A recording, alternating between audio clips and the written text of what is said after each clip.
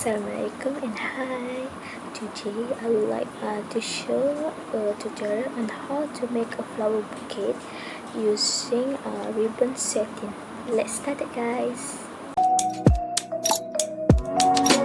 This is the things that we need.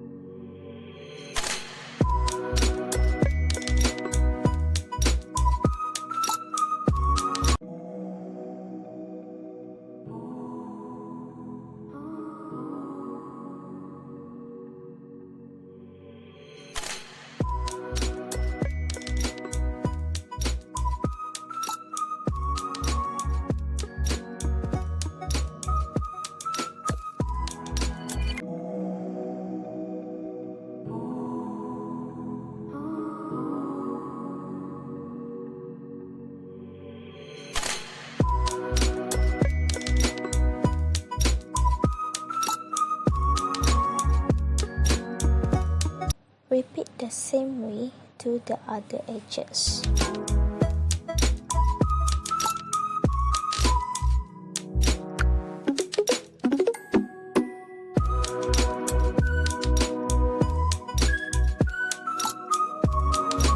Doing the same way until it enough 13 petals to form a flower.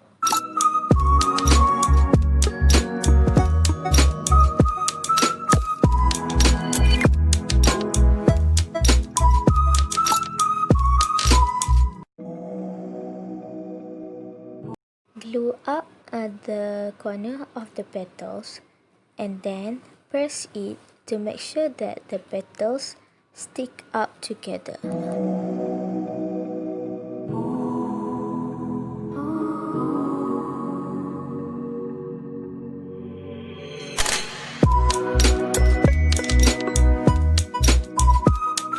These are the 13 petals that we already stick it together.